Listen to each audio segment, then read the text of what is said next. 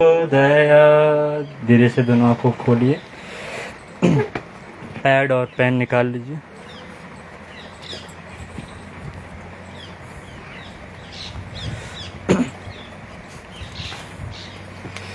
Pad और pen निकालिए। Heading डालिए मन का स्वरूप। हेडिंग डालिए। हाँ, हेडिंग डालेंगे मन का स्वरूप।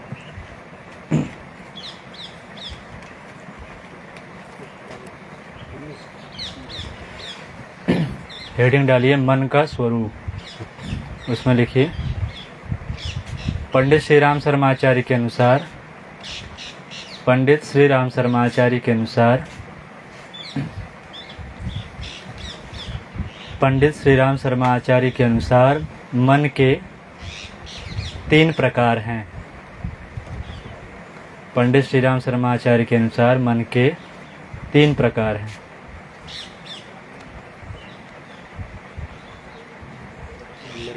पहला लिखिए चेतन मन। इंग्लिश में लिखिए कॉन्शियस माइंड। पहला लिखिए चेतन मन, कॉन्शियस माइंड। डैश देके लिखिए जागृत अवस्था को चेतन मन कहते हैं। जागृत अवस्था को चेतन मन कहते हैं। जिस अवस्था में भी आप बैठे हैं, सुन रहे हैं और लिख पा रहे हैं, यह है आपकी चेतन अवस्था। दूसरा लाइन लिखिए अचेतन। दूसरा नंबर में लिखिए अचेतन।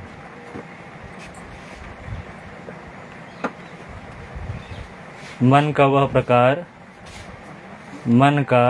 प्रकार, चेतन अचेतन है अनकॉन्शियस माइंड। मन का वह प्रकार जिसमें सुप्त अवस्था में हमारे विचार, जिसमें सुप्त अवस्था में, सुप्त मतलब कि शिथिल पड़ा हुआ, सोया हुआ नहीं, सोया से थोड़ा ऊपर, जगह से थोड़ा सोया हुआ। हाँ, सुस्त नहीं लिखेंगे, सुप्त लिखेंगे। सुस्त तो आलस्य वाले सुस्त हो जाएंगे। सुप्त अवस्था में हमारे विचार पड़े होते हैं। सुप्त अवस्था में हमारे विचार पड़े होते हैं। तीसरा नंबर लिखिए सुपर चेतन। सुपर चेतन, इंग्लिश में सुपर कॉन्शियसनेस। तीसरा लिखिए सुपर चेतन, इंग्लिश में सुपर कॉन्शियसनेस।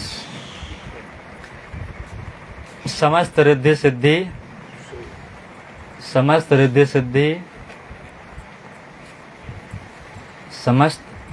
सिद्धि एवं आध्यात्मिक ऊर्जाओं का केंद्र। समस्त रिद्धि सिद्धि एवं आध्यात्मिक ऊर्जाओं का केंद्र।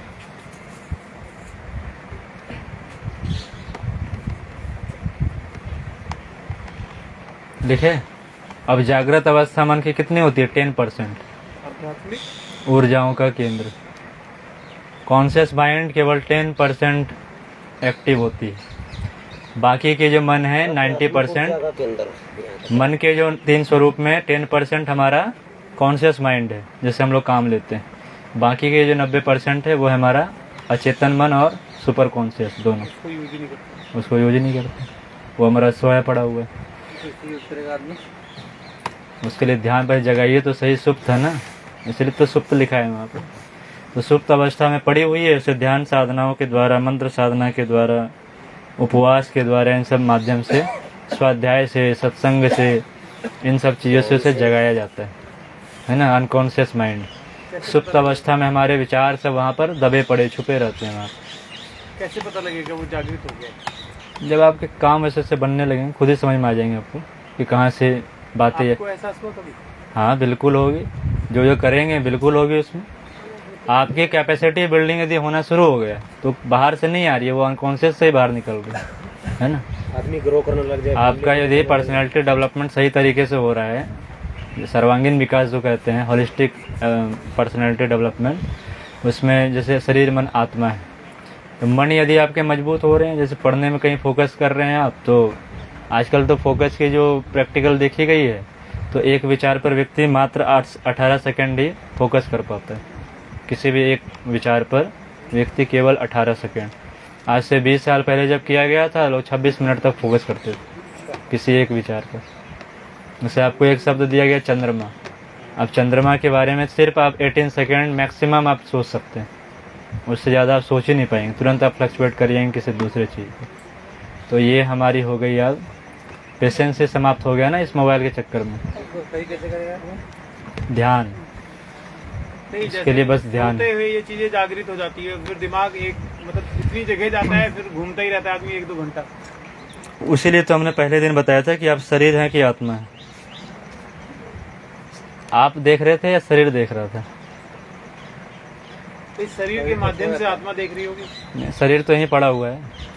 जैसे अभी यहाँ पर आप बैठे हुए हैं और दिमाग कहीं और रहते हैं, तो शरीर कहाँ देख रहा है? शरीर तो यहीं पर है। कोई और होगा देखने वाला, तो जो देखने वाला है वही आप है। नहीं, जैसे हम अगर बिस्तर पे हम लेटे हैं, हम तो सोना चाहते हैं, लेकिन हाँ। दिमाग तो 100 जगह घूम रहा है। तो शरीर नहीं घूम रहा है ना, इसका मतलब आप शरीर नहीं है, कोई और है ना, तो जो है वही घूम रहा है बाहर। कुछ ऐसे बता, एक योगी जी हैं, वो बहुत घंटों का लेक्चर देते हैं, उनकी वीडियोज़ हैं 7 घंटे 10 घंटे, वो श्री राम पे बोलते हैं, तो बहुत सारी हैं। तो मैं ऐसे सुनती रहती, साथ काम करती हूँ। एक दिन क्या हुआ, मैं ना अपनी बुक शेल्फ सारी लगा रही थी, उसको रीडू कर रही थी, डाइनिंग टेबल रखा था, तो मैं सुन रही आप मानेंगे ऐसा चमत्कार हुआ। मैं जब छोटी सी थी तो हमने रामायण का पाठ रखाया था, तो उसमें चौपाई आई थी, सकल विघ्न व्यापे नहीं तेरी, राम सुकृपा बिलोकन जेही। जैसे वो कोई कॉन्टेक्स्ट बता रहे थे ना, एकदम जैसे मैंने, क्योंकि मैं उसको अक्सर रिकॉल करके बोलती हूँ, मतलब ऐसे नहीं 15 दिन में एक बार जैसे याद आ गया तो उसको चल गई। तो वो कई दिन से मैंने नहीं बोली थी, पता नहीं कहाँ मेरे दिमाग में, और उन्होंने वही चौपाई, मेरा सा निकला, उनका सा निकला। मतलब मैं इतना रोई, मैंने कहा ये क्या हुआ है। सही बात है, ऐसा कई बार देखा गया है। जिसको आप कॉल करना चाहते हो वही कॉल कर देते हैं। कभी आप कुछ आप कुछ बोलना चाह रहे हो, हम ही पहले उस बात को कह देते हैं। तो इसलिए कहा गया मन जो है 2 प्रकार के होते हैं, एक व्यष्टि मन होता है, एक समष्टि मन होता है। जो पूरे विश्व ब्रह्मांड का एक मन है, एक आपके मन है, एक कलेक्टिव कॉन्शियसनेस है, एक आपकी व्यक्तिगत है, इंडिविजुअल कॉन्शियसनेस। तो उसमें हो जाती है जब हमारी और उनकी जो वाइब्रेशन और हमारी उनकी जो फ्रीक्वेंसी मैच कर जाती है, सेम आ जाती है।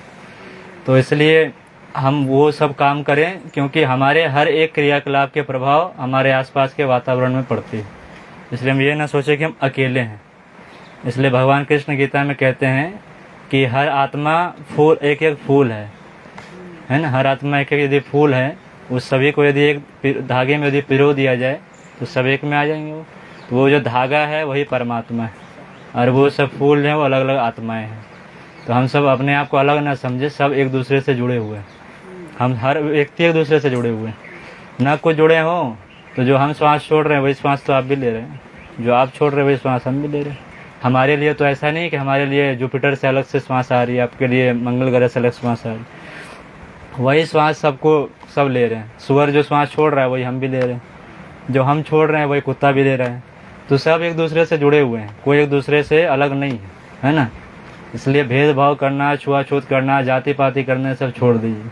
इसलिए कहा गया था कि उद्धरेत कहा गया है, अयम निजः परोवेते गणना लघु चेत साम उदार चरिता नाम तो वसुधैव कुटुम्बकम।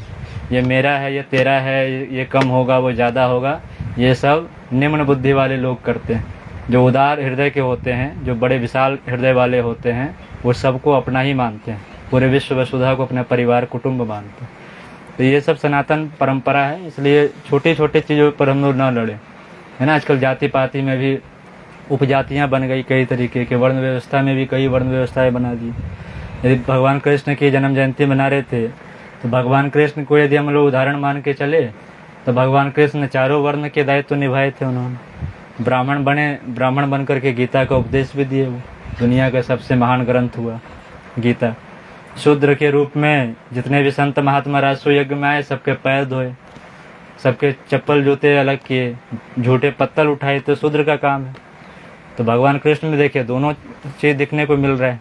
माखन मिश्री खाते थे और उसे बांटते भी थे लोगों में, तो वैश्य का काम भी कर रहे हैं, दूध बिक्री कर रहे हैं। और क्षत्रिय तो खैर थे ही, है ना, यदुवंशी सम्राट बने। तो चारों वर्ण उनमें देखने को हमको मिलता है।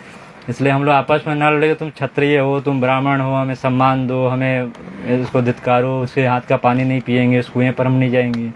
तो इन सब चीज़ों को जहाँ देखें इस पर विरोध कीजिए, क्योंकि भगवान ने इन चीज़ों पर नहीं किया है। भगवान ने तो केवट को भी गले लगाया, निषाद राय गो को भी गले लगाया, है ना, सबरी के झूठे बैर भी खाए, बानरों से भी मित्रता की कि नहीं। वो विभीषण जैसे जो अधम जाति असुर कहते हैं उन्हें भी उन्होंने गले लगाया। तो परमात्मा का केवल नाम पर्याप्त नहीं है, काम कीजिए, उनके आचरण को अपने जीवन में उतारिए, उनके आदर्शों को जीवन में उतारेंगे तभी हम अपने संकीर्ण मानसिकता से आगे उठ पाएंगे। नहीं तो यदि हमारे विचार संकीर्ण होंगे तो हम सारे मनोरोग से ग्रसित होंगे। मनोरोग आएंगे तो शारीरिक रोग आना ही आना है, फिर बीमारी होगी। तो ये 3 जो प्रकार थे गुरुजी बताए इसके बारे में। इसके लिए वांग्मय नंबर 21 है, उसका नाम ही है चेतन अचेतन सुपर चेतन। 150 रुपये है, कभी लेना हो तो आप ऑनलाइन भी मंगा सकते हैं। awgp.org इसका वेबसाइट है, उसमें ऑनलाइन बुक वहाँ मिल जाती है, तो वहाँ से आप ऑनलाइन कर सकते हैं, या फिर कभी जाइए कि शक्तिपीठ पर या शांति कुंज कभी आइए तो वहाँ पर खरीदिए, सारी किताबें अवेलेबल। तो इसमें 3 प्रकार हो गए। तो चेतन मन जो है कॉन्शियस जागृत अवस्था हमारी होती है, जब हम जगे हुए होते हैं। अब जागृत का मतलब है कि जागरूक भी होना होगा हमें। कई लोग जगे तो रहते हैं, आँख सामने देखते रहते हैं, लेकिन कहीं खोए अलग रहते हैं। क्लासरूम में ज़्यादा अच्छा उदाहरण है कि क्लासरूम में जब अटेंडेंस लगती थी वहाँ पर, बचपन में याद होगी, उसमें जब हमारे रोल नंबर आती थी तो कहीं हम लोग खोए हुए हैं या किसी से बात कर रहे हैं, इसका मतलब है कि हमारा अटेंशन सामने नहीं, जो चल रही है घर क्रियाकलाप वहाँ पर। तो जब हम जागृत होते, पूरे फोकस होते हैं वहाँ पर, तब हमारे वो चेतन मन काम करता है। नहीं तो हम बैठे हैं कहीं कुछ सोच रहे हैं, तो इसका मतलब आप वहाँ प्रेजेंट है लेकिन अवेलेबल नहीं है। 2 चीज़ वहाँ प्रेजेंट होना और अवेलेबल होना अलग चीज़ है ना। तो आप यहीं बैठे हुए हैं लेकिन हम उपस्थित नहीं है वहाँ पर, है ना।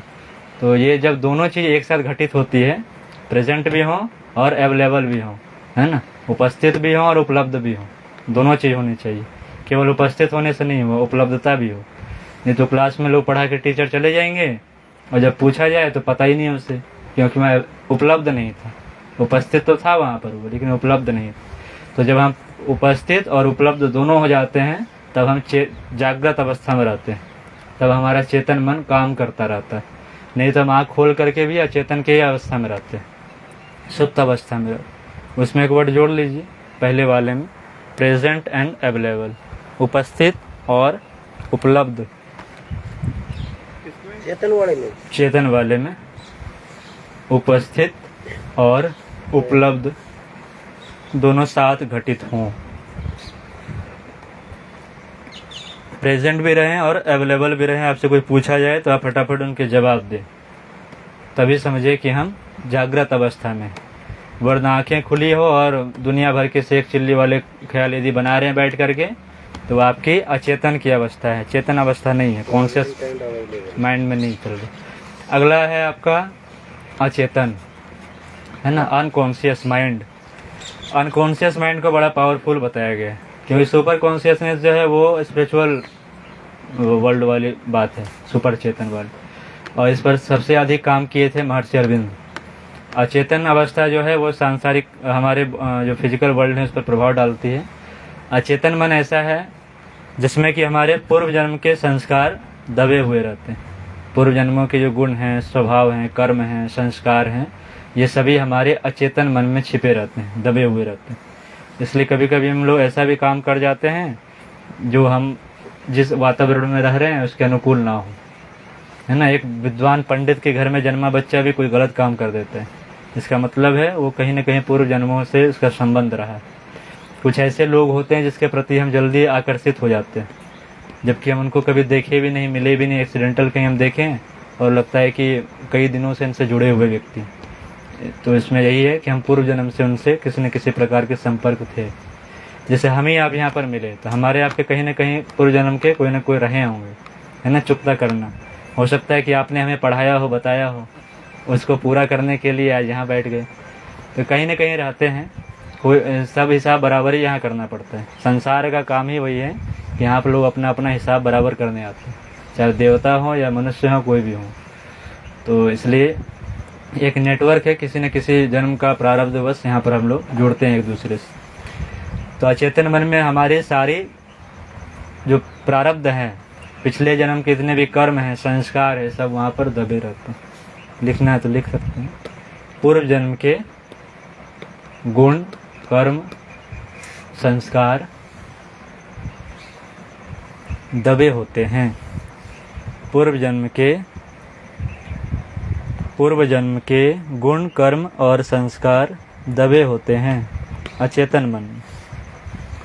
आजकल खूब वेबिनार, सेमिनार और माइंड ट्रेनिंग खूब चल रहे हैं आजकल बाहर में, NLP है ना। NLP का आजकल बड़ा चल रहा है। अमेरिका, यूरोप से सब सीख के आते हैं, और यहाँ अभी तो ज़्यादा नहीं है वो विस्तार, फिर भी दिल्ली सब में, NCR में कुछ कुछ चल रहे हैं सब। तो वो सब अनकॉन्शियस पर ही सब फोकस करते हैं, कुछ विचार को लेकर के, कुछ वैसे थॉट्स को लेकर के, कुछ वैसे प्रैक्टिसेस कराते हैं वो लोग। तो वो खुद से भी घर पर भी कर सकते हैं हम लोग, है ना। स्टार्टिंग में जैसे हम लोग कुछ याद करें, कुछ स्पेलिंग्स याद करें, या उल्टा बैक काउंटिंग लिखना शुरू करें, जैसे बचपन में हम लोग सब करवाते थे। अब तो करवाते भी नहीं हम लोग, पहले वो लिखते भी थे हम लोग 100, 99, 98, वो भी हमारे ब्रेन पर इफेक्ट करते। अल्फ़ाबेट लिखिए, उसको भी लिखेंगे बैक वापस रिवर्स में, उस पर भी होती है। मैथ्स के सवाल अधिक से अधिक सॉल्व कीजिए, वैसे सवाल को सॉल्व कीजिए जो आपसे जल्दी सॉल्व ना होता, जहाँ जोर लगे थोड़ा दिमाग का, है ना। यदि पुराने जो प्रारब्ध होंगे वहाँ वाले भी फिर निकल के आते हैं। भाई बहुत बच्चे ऐसे होते हैं, इनको गणित से बड़ा डर लगता है, गणित लगभग बच्चों को डर लगता है ना, मैथ्स से। तो उनका हो सकता है पुराने जन्म में कुछ, लेकिन बाकी चीज़ में फिर उनको इंटरेस्ट आएंगे, खेलकूद में इंटरेस्ट आएंगे, किसी चीज़ में इंटरेस्ट आएंगे उनको, तो उन चीज़ में उनको आगे बढ़ाना चाहिए। अब गार्जियन को भी वो नहीं थोपना चाहिए कि मैं IAS नहीं बन पाया, तुम बन जाओ। हो सकता है खिलाड़ी बनना चाह रहा हो तो उसको खिलाड़ी बनाइए, है ना। महेंद्र सिंह धोनी IAS बनते कौन जानते, कोई नहीं जानते हैं। कोहली यदि IAS बन जाते कौन जानते, कोई। इसी तरह से जिनका जो भी स्वभाव है उनको पहचानिए, उनके टैलेंट को, और उनको उसी क्षेत्र में जाने दीजिए। कोई म्यूजिक है, डांसर है, तो बस इतना ही ध्यान रखें कि जो भी काम करे उसमें समाज का भला हो, है ना। जैसे बॉलीवुड वाले सब किए हैं, तो ये सब अपने माता पिता, अपने वंशजों को कलंकित करने के सिवा कुछ नहीं कर रहे हैं, फुहड़ता फैला रहे हैं, केवल दूसरों के बच्चे को बर्बाद कर रहे हैं। ये काम ना करने दें। पैसे के लिए कुछ भी आप व्यक्ति कहीं भी उतरिए, तो ध्यान यही रखें कि समाज का उत्थान हो, समाज का पतन ना हो, इसलिए बच्चों पर ध्यान देना आवश्यक। कुछ पूछ रहे हैं? मैं कह रहा था कि ये NLP वाले जो ये अपना जो कोर्स कराते, तो उसमें एक सेशन मैंने अटेंड किया था, तो वो 30 तक काउंटिंग लिखवा देते हैं। 30 नंबर पे किसी ने अटैची बोला, 1 नंबर पे किसी ने कोई और सामान बोला, 4 पे कोई और बोला, 10 पे कोई और बोला, ऐसे। और वो एक बार स्टडी करते और फिर अपना जो है फेस पीछे कर लेते हैं। आप पूछते जाओ 4 नंबर पे क्या है वो बताएंगे, 30 पे क्या है वो बताएंगे, 18 पे क्या है वो बताएंगे, और एक भी गलत नहीं होता। हाँ, प्रैक्टिस है सर, प्रैक्टिस करने से हो जाती है। नहीं, प्रैक्टिस ऐसे कई वो तो लिखवाते भी ना, कई सारे तो ऐसे ही बात होती है, मन को माइंड रीडिंग भी कर लेते हैं। मेंटलिस्ट जो होते हैं, अच्छा, उस लड़की का नाम बोल रहे हैं, खूब बहुत चली थी, DID समय भी आई थी वो तो ऐसे आपसे काउंटिंग करवा के पूछ ले, आप बात करते करते आपके माइंड को रीड कर जाएगी, आपके डेट ऑफ बर्थ बता देगी, आपके दिमाग में कौन से गाने चल रहे हो बता देगी, आप आज से 1 महीने पहले कहाँ घूम रहे थे वो बता देंगे। तो आपके माइंड रीडिंग से पता चल जाती है। उसके लिए बहुत प्रैक्टिस चाहिए, और वो भी आपके प्रारब्ध का ही फल है। पूर्व जन्म में यदि आपने इस पर काम किए हों तभी आप वो फलित हो पाती है। वो लड़की मुश्किल से 24-25 साल उसकी उम्र होगी, बड़ा अच्छा काम कर रही है। तो मेंटलिस्ट वो अलग चीज़ होते हैं, मनोवैज्ञानिक अलग होते हैं, वो लोग अलग होते हैं, वो एक जादूगर की तरह हो जाते हैं वो लोग। तो आजकल लोग कहते हैं कि साइकोलॉजी के आप हैं तो आप तो पढ़ लेते हो माइंड, वो ये जो धारणा यही गलत है, वो इतना वो ऐसा नहीं होता है। तो माइंड रीडिंग करना उसके लिए बहुत प्रैक्टिस चाहिए, बहुत गहरी साधनाएँ चाहिए, मन एकाग्र होना चाहिए उसके लिए, किसी एक टारगेट पर इतना एकाग्र हो, त्राटक के माध्यम से सब हो सकती है सब लोग, है ना। तो इसलिए वो तो देखते देखते प्रैक्टिस करते करते अभ्यास वाले हाल है, जितना अभ्यास करेंगे उतना हो जाएगा। कई लोग होते हैं कि एक ही बार में बास्केटबॉल में वो गोल कर देते हैं, कई लोग पसीना बहाते रहते, नहीं होता। तो टेक्निक होती है ना, कितने दूर से कितने एंगल से कितना उछालना, तो हो जाते हैं। तो वो अभ्यास से होंगे, तो उसमें कोई चमत्कार ना मानिए, है ना। चमत्कार को देख के नमस्कार करने वाली भ्रांति हटाइए, वो आप भी कर सकते हैं। वो भी मनुष्य है, वो भी माँ के चमत्कार ही है वो इस तरह से। वो कुछ वो आप नहीं देखे हैं, चमत्कार है ना। जितेंद्र अड़िया जी हैं, मोदी जी के ट्रेनर रह चुके हैं वो मुलाकात करने के कोई नहीं, वो आप भी उस क्षेत्र में आना चाहते हैं तो संकल्प पूर्वक पूरे विल पावर के साथ आइए, स्वागत है। प्रकृति भी आपकी मदद करेगी, है ना। लेकिन ओछा वाला कि थोड़ा इधर भी कर लें थोड़ा उधर भी कर लें, तब नहीं हो पाएगा। पूरा टारगेट के साथ आइए, प्रकृति मदद करेगी आपको। इसलिए कहा जाता है ना कि अपना टैलेंट को पहले पहचानिए कि आप किस क्षेत्र में ज़्यादा कर सकते हैं। जैसे फाइनेंस के क्षेत्र में आप उसमें अच्छा कर सकते हैं, उसी में आप अपनी कैपेसिटी को बढ़ाइए, आप ही उसमें लोहा मनवाइए लोगों से, है कि नहीं। तो ये 2 स्वरूप आपके हो गए। दूसरा वाला जो बड़ा काम का है ना हम लोगों के लिए, अचेतन वाले जो हैं, उसके परिष्कार करने के लिए गुरुजी ने स्वाध्याय और सत्संग 2 चीज़ बताए हैं। उसमें 2 उपाय हैं। उसी के लिए उन्होंने बताया कि मन को कुविचारों और दुर्भावनाओं से, लिखना है लिख लीजिए, मन को नहीं, अचेतन में ही लिख सकते हैं, अचेतन मन के लिए ही है। मन को कुविचारों मतलब बैड थॉट्स जो आते हैं एवं दुर्भावनाओं बैड इमोशंस से बचाए रखने के लिए स्वाध्याय मतलब हो गया सेल्फ एनालिसिस। प्रारंभ करेंगे अच्छे पुस्तकों से इसके, है ना। स्वाध्याय एवं सत्संग की, बचाए रखने के लिए स्वाध्याय एवं सत्संग की व्यवस्था रखे रहेंगे, यह सूत्र है उनका। दुर्भावनाओं, थॉट्स और इमोशन 2 चीज हैं जीवन में, सत्संग की व्यवस्था बनाए रखेंगे। तो 2 अपने पास टूल्स हैं, एक स्वाध्याय और सत्संग है। जो व्यक्ति पढ़ा लिखा ना हो तो वह सत्संग करेंगे, जो पढ़े। सर हमारा तो है, कोई भी किताब हम 2 मिनट पढ़ लेना तो बस नहीं आ जाती। तो आपके इंटरेस्ट के लायक नहीं है ना, वही जो इंटरेस्ट वाले हों तो रात भर जग करके आप पढ़ेंगे। और पहले मोटी मोटी नावल पढ़ जाते थे। जिसको अमिताभ बच्चन की मूवी पसंद है वो रात भर बैठ के देखेंगे। तो कैसे हम गीता पढ़ना चाहते हैं, सही, हाँ, लेकिन सुबह पढ़ो, नहीं होता। सुबह कई पढ़िए। मित्र हैं हमारे विद्वान है, सब गीता पढ़ चट गए, कुरान चट गए, बाइबिल चट गए, सब चट गए, लेकिन जीवन में क्या उतारे। अरे आप एक लाइन पढ़िए। जीवन में तो जो जिस प्रोफेशन में है वो सफल है अपने प्रोफेशन में, जब कहीं बात करने बैठते हैं तो उससे रेफरेंस देते हैं तो अच्छा लगता है। नहीं, बढ़िया, वही वो जरूरी है वही ना। हम भी चाहते हैं कि हम भी करें। स्वाध्याय जब करेंगे तो अपना वही ज्ञान की क्षमता बढ़ती है ना, ज्ञानार्जन करने की क्षमता बढ़ जाती वही हम है। सोचते हैं। तो उसमें बोरिंग करके मत पढ़िए। रोज 2 या 5 श्लोक बांध लीजिए, कितना पढ़ना है। अच्छा, गीता में एक जैसे इस्कॉन की गीता है तो अच्छा, बड़ा उसमें कंफ्यूजन है इसमें। भावार्थ तो है लेकिन वो हिंदी में नहीं है, मतलब तो उसकी ट्रांसलेशन नहीं है।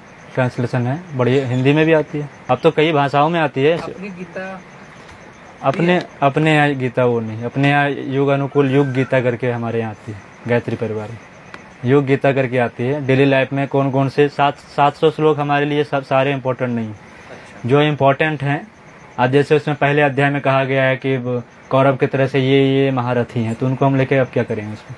तो जो उसमें आर्ट ऑफ लिविंग है, जीवन जीने की कला जो बताई गई है कि भोजन ये करें, इतने भी जगह ये ध्यान करें, जब डिप्रेस हो जाए क्या करें, इस तरीके से जो मुख्य जो सूत्र थे उनको लेकर के उन पर व्याख्या की गई है। योग गीता करके है 4-5 वॉल्यूम में, वो कभी लेना हो तो ऑनलाइन भी पढ़ सकते हैं। जो भी पढ़ने का मन उसमें डालिए, गायत्री परिवार डालिए, खुल जाएंगे उसमें। तो सुनने वाली भी आ गई है। हाँ, कल सुन भी सकते हैं। तो यूट्यूब पर आप डालेंगे तो 2 घंटे 2.5 घंटे में पूरी गीता, वो धीरे धीरे भी है, फास्ट भी है। गीता पारायण करना हो तो फास्ट वाला सुन लीजिए, सीखने हो तो धीरे धीरे। उसमें बड़ा आराम से कहता है, धर्म क्षेत्र कुरुक्षेत्र समेत, ऐसे आराम से करते हैं।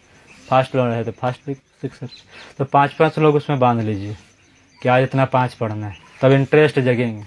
अब एक ही बार लेके बैठ जाएंगे तो कोई फायदा नहीं है वो। हाँ, तो इंटरेस्ट जगेंगे, पहला किसी से पढ़ना है, जैसे पूरी का बनाते है ना। तो उसमें 18 अध्याय हैं और 6 करके बांटे हुए हैं। उसमें कर्म योग, भक्ति योग और ज्ञान योग। तो उसको पढ़ना शुरू कीजिए। कर्म के प्रति निष्ठा जगानी हो, कर्म योग वाले 6 अध्याय पढ़े प्रारंभ के। भक्ति के प्रति जगाना हो तो बीच वाला पढ़िए। ज्ञान की वृद्धि करने के लिए अंतिम। इस तरीके से उसमें 18 अध्याय 3 भाग में बटे हुए हैं। तो बोरिंग होकर के नहीं, हम लोग ये करते क्या है कि जब फ्री टाइम होती है तब जाते हैं पढ़ने के लिए। ये काम मत कीजिए, उसके लिए टाइम बनाइए, तब इंटरेस्ट जगेगी, है ना। अब ऐसा तो होता नहीं कि हम जब फ्री जब होंगे तब भोजन करेंगे, फ्री जब होंगे तब ब्रश करेंगे, वो तो नहीं, उसमें टाइम बना हुआ है। उसी तरीके से उसके लिए भी टाइम बनाइए। पूजा में जब हम लोग जा कर के बैठ के ऐसे बैठे रहते हैं, उसमें ना हो तो गीता पढ़िए बैठ करके, 15 मिनट 20 मिनट निकालिए उसके लिए, गीता पाठ कीजिए घर में और लोगों को सुनाइए, जोर जोर से पढ़िए, लोग भी घर में सुनेंगे, आपको भी याद होंगे। पुराने समय में बच्चों को जोर जोर से पढ़ाया जाता था, है ना, तो उसमें याद होती है, जोर जोर से बोलने से, बार बार रिपीट करते करते हुए याद होती है चीज़। हाँ, तो इसको घर में भी पढ़िए, जोर जोर से बोल बोल के पढ़िए। गीता पाठ में कोई मनाही नहीं है, गायत्री जप जोर जोर से नहीं करना, बाकी कीजिए ना, क्या दिक्कत है। खूब जोर जोर से गाइए मंगल भवना मंगलहारी, बगल वाला भी सुनेगा, है ना, तो उसके भी मन में वो विचार आएंगे, चलो हम भी करते हैं। तो इस तरीके से कर सकते हैं, है ना। नींद नहीं आएगी, फिर उसमें इंटरेस्ट जगाइए उस चीज़ में। और नींद तो शरीर को आने वाली है ना, आत्मा तो ना कभी सोया है ना कभी सो सकता है। आप आत्मरूप होकर के गीता को पाठ कीजिए, है ना। शरीर जब सोए तो आँख में छींटे मार के कीजिए। तो माइंड को ट्रेंड करना पड़ेगा, वही है ना चेतन मन। अचेतन मन में हम लोग उसको ट्रेनिंग दे दिए सोने के लिए, है ना, अनिच्छा उसमें उत्पन्न हो जाती है बार बार। तो जब हम इसी को करेंगे 7 दिन 10 दिन 14 दिन तक, तो फिर 3 महीना कहा गया, किसी भी एक्टिविटी को आप लगातार करते हैं तो आपके व्यवहार का अंग बन जाते हैं। गीता पढ़ाते हैं, चल के 1 महीना और पढ़ा जाए, फिर बिना किए जो है नहीं होगा। रहेंगे तो पढ़ेंगे। या अपने से सर्कल यहाँ पर है तो एक ग्रुप सा बना लीजिए, बाकी वहाँ भी यहाँ रहते हैं, ग्रुप सा बना लीजिए 5-7 लोगों का। फिर उनको बोलिए कि 15 मिनट का हम समय निकालेंगे, गीता पढ़ेंगे। तो गूगल मीट से जूम से जुड़ जाइए और स्क्रीन शेयर करके उसमें गीता बोलिए, आज तुम पढ़ोगे, कल तुम पढ़ोगे। इस तरीके से जहाँ दुकान में बैठे हैं वहीं पर बोले चलो 10 मिनट का पाठ करते हैं।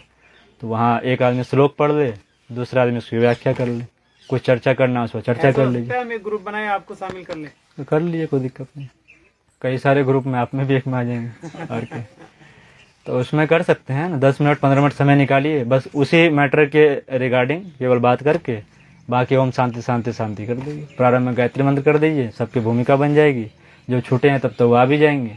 और फिर जो अपना बना हुआ है 3-4 श्लोक उसको पढ़ लीजिए। आज गीता पढ़ना है, गीता पढ़ लीजिए। कल रामचरितमानस के देव पढ़ना है, उसको पढ़ लीजिए। ऐसे चेंज कर करके भी पढ़ सकते हैं। तो उससे हों कि हम अपने संस्कृति परंपरा से जुड़े रहें, कुछ ना कुछ सीखेंगे हम उन चीज़ों से। आपका नंबर बताइए। नंबर लिख लीजिए 620 33 76 557। इसमें वह कुछ मैसेज करके सेंड कर दीजिएगा, ठीक है। 3 से योग करें तो स्वाध्याय हो जाएगी, और जब हम लोग ऑनलाइन जब जुड़ जाएंगे तो सत्संग भी हो गए साथ साथ में। और जो नहीं पढ़ पाते हैं वो सुनिए, जो पढ़ रहे हैं उनको, और वो भी ना मिले तो फिर जहाँ आसपास में कहीं वैसे महात्मा पंडित जी को खोजिए, वहाँ जा कर के बैठिए, वो जो बोल रहे हैं उनको सुन करके प्रणाम करके आ जाइए। तो ये स्वाध्याय सत्संग जब रहेगी तो ये हमारे लिए साबुन का काम करता है। मन जो गंदा हो गया है उस पर ये साबुन की तरह इसको धो धो के रगड़ रगड़ के साफ करने वाला टेक्निक है स्वाध्याय और सत्संग। तो स्वाध्याय करेंगे श्रेष्ठ महापुरुषों द्वारा रचित पुस्तकों का, है ना। ये लोकल लेखकों का नहीं करेंगे। ये जो 3 इडियट जो मूवी बनी थी, कौन सब थे वो लोग, 3 मिस्टेक्स ऑफ माई लाइफ, वो सब, ये सब मत पढ़िए, है ना। हाँ, चेतन, ये सब चौपट कर दिया लोग संस्कृति। इसलिए पढ़ना शुरू करें तो गुरु जी को पढ़िए। अभी के समय में गुरु जी हैं, विवेकानंद जी हैं, महर्षि अरविंदो हैं, इन लोगों को पढ़िए। पुराने पढ़ना है, रामायण महाभारत गीता, ये सब, इन चीज़ों को पढ़िए। रामकृष्ण परमहंस की किताबें, इनको पढ़िए, सस्ते में उपलब्ध में ही है। योग के क्षेत्र में पढ़ना है, स्वामी शिवानंद के पुस्तकों को पढ़िए। शिवानंद को मॉडर्न रूप में लाए हो तो स्वामी शिवानंद के पुस्तकों को पढ़िए, स्वामी सत्यानंद के पुस्तकों को पढ़िए, ये सब योग के क्षेत्र के एक्सपर्ट हैं सर। योगी कथामृत जरूर पढ़िए। ऑटोबायोग्राफी ऑफ योगी आप पढ़े होंगे, है ना। ऑटोबायोग्राफी ऑफ योगी, स्वामी योगानंद सरस्वती उनके रहे, तो स्वामी योगानंद परमहंस, तो उनके पढ़ सकते हैं। बहुत अच्छे व्यवहारिक सब उसमें सूत्र दिए हैं उन्होंने। योगानंद परमहंस, इन चीज़ों को पढ़ेंगे। योगानंद परमहंस वो थे, बड़े बड़े बाल थे, दाढ़ी मूंछ नहीं थी उनको, तो वो थे लाहड़ी महाशय के शिष्य थे। 3 लोगों को पढ़ें, है ना, श्रेष्ठ महापुरुष। और सत्संग भी करें तो ऐसे, आप तो ये लोग नहीं हैं तो अभी भी जो मौजूद हैं कई सारे, आप तो यूट्यूब पर भी कई सारे आ जाते हैं, तो गुरु जी के कई सारे वीडियोज़ अवेलेबल हैं, तो उनको सुन सकते हैं बैठ करके। और तो ऐसे नहीं है लोगों के, कुछ मिलेंगे, कुछ पुराने लोग हैं ऐसे, तो उन लोगों को सुन सकते हैं आप, है ना। तो उससे सत्संग भी आपको सत्संग सुनने से ये होता है कि हमें हमें बोलने की टेक्निक्स आती है, कहाँ क्या उदाहरण देना है, किस तरीके से बोलना है, कहाँ आवाज़ ऊंची करनी है, कहाँ आवाज़ नीची करनी है, बॉडी लैंग्वेज कैसे होंगी, हर बार आँख खोल खोल के गड़ा गड़ा कितनी बता रहे हैं, डरा कितनी बता रहे हैं, तो उस सब टेक्निक आती है। तो उसमें अभी अपने गायत्री परिवार में ही गुरुजी के जो नाती हैं डॉक्टर चिन्मय पंड्या जी बता रहे थे, वो बड़ा अच्छा इस पर काम कर रहे हैं, तो उनको सुन सकते हैं, है ना। आज सुबह यहाँ जो चलती है ना, उस समय जो आप लोग लेटे रहते हैं तो उनके ही चलती है। तो डॉक्टर चिन्मय पंड्या जी जो हैं गुरुजी के नाती हैं, गुरुजी की लड़की की बेटे हैं डॉक्टर चिन्मय पंड्या जी। वो कहीं एवरेस्ट पे कहाँ पे किसी पहाड़ पे उन्होंने कुछ खोला था कुछ उन्हें एक हमारे सेंटर है आपके मुनस्यारी में, तो वहाँ साधना सेंटर है अपनी, मुनस्यारी हिमालय ऊपर है ना, तो वहाँ गढ़वाल से और ऊपर जाना उधर पड़ता, तो वहाँ सेंटर है अपनी, कोई भी जा सकते हैं। 1 महीने की चलती है, शिविर अभी तो बंद है वहाँ पर, तो वहाँ पर 7-8 हज़ार रुपये वहाँ लगते हैं, जाने आने के खर्च दूर पड़ते हैं ना। तो गायत्री साधना, मौन साधना वहाँ पर चलती है, तो वो अलग सेंटर बनाया गया है, 3-4 साल पहले बनाया गया उसको, तो वो है। तो डॉक्टर चिन्मय पंड्या जी जो हैं वो भारत से ही MD किए थे, MBBS किए थे यहाँ से अपने उत्तराखंड से ही। उसके बाद वो चले गए लंदन, फिर वहाँ से उन्होंने PG मैंने उसमें साइकोलॉजी के क्षेत्र में उन्होंने MRCP किए थे वहाँ से। फिर वहीं उन्होंने रॉयल सोसाइटी ऑफ लंदन में कई दिन तक रहे वहाँ पर, जो अब के वहाँ रजवाड़े जो हैं उनके अंग्रेज़ों के, उसी के यहाँ डॉक्टर रहे, मनोचिकित्सक रहे वहाँ पर। तो काफ़ी वहाँ पर काम करे। बूढ़ों में जो एक बीमारी होती है अल्जाइमर की, उस पर उनके शोध हुए, रिसर्चेस हुए उस पर, तो एक वहाँ से अपनी ख्याति बनाए। फिर 2010 में जब गुरुजी की जन्म शताब्दी होने वाली थी, 100 साल पूरे होने वाले थे, तो ये ऐसे थे कि बचपन से ही गायत्री का जप किया करते नियमित रूप से, और नियमित रूप से रोज़ हवन जो हम लोग करते हैं सुबह में, तो ये तो छोटे वाले हैं, बड़े वाले कुंड में अच्छे तरीके से विधि विधान से यज्ञ और जप ये उनका हमेशा चलता रहा। आज भी क्षेत्रों में रहते हैं तो करते हैं। और अब उनकी खासियत है कि जब क्षेत्रों में जाते हैं तो अन्न ग्रहण नहीं करते हैं, केवल जल पर रहते हैं। 3 दिन भी रहेंगे तो जल पर ही रहेंगे। पंडित जी, हाँ, डॉक्टर चिन्मय पंड्या जी, तस्वीर गूगल पर देख सकते हैं खोल कर। तो वो अभी भी वही करते हैं। बड़ा अच्छा है, एकदम संयम जीवन है, लेकिन शरीर पर कोई फर्क नहीं है, एकदम लंबा चौड़ा बढ़िया एकदम। और हाँ, भारत में जहाँ भी विदेशों में भी कहीं भ्रमण करते हैं तो हमें तो बड़ा शर्म आती है, धोती कुर्ता खड़ाऊ ये सब पहनने में, उनको कुछ नहीं, धोती कुर्ता खड़ाऊ दुपट्टा बढ़िया एकदम, हर जगह जहाँ भी जाएं उसी में चलते हैं। गुरुजी के विचार को हर जगह पहुँचाना। WHO में भारत की तरफ से योग के प्रतिनिधि हैं, अध्यक्ष हैं। यूनेस्को जो अपने कल्चर को आगे प्रमोट करता है उसमें भारत के प्रतिनिधि हैं, भारत की अध्यक्षता करते हैं वो। यूनिसेफ में है वो। अभी बीच में जो नोबेल पुरस्कार हैं उससे भी एक ऊपर पुरस्कार होता है, टेम्पल्टन पुरस्कार, वो आध्यात्मिक क्षेत्र के लोगों को दिया जाता है। उसके वो ज्यूरी के मेंबर भी रहे, जज, उसमें भी वो रहे। ऐसे कई सारे अनगिनत हैं उनकी ख्याति बाहर देश विदेश में भी। और योग जो अपना जो बना है ना, विश्व योग दिवस जो बनाते हैं, तो कहते हैं कि पर्दे के पीछे जो काम करता है उनका कोई भूमिका ही नहीं। उसमें चिन्मय पंड्या जी को ही भेजा गया था भारत से लोगों को समझाने के लिए, क्योंकि ये वैज्ञानिक तरीके से अपने आध्यात्मिक जो महत्व उनको बता सकते थे। तो फिर वहाँ गए तो वहाँ पर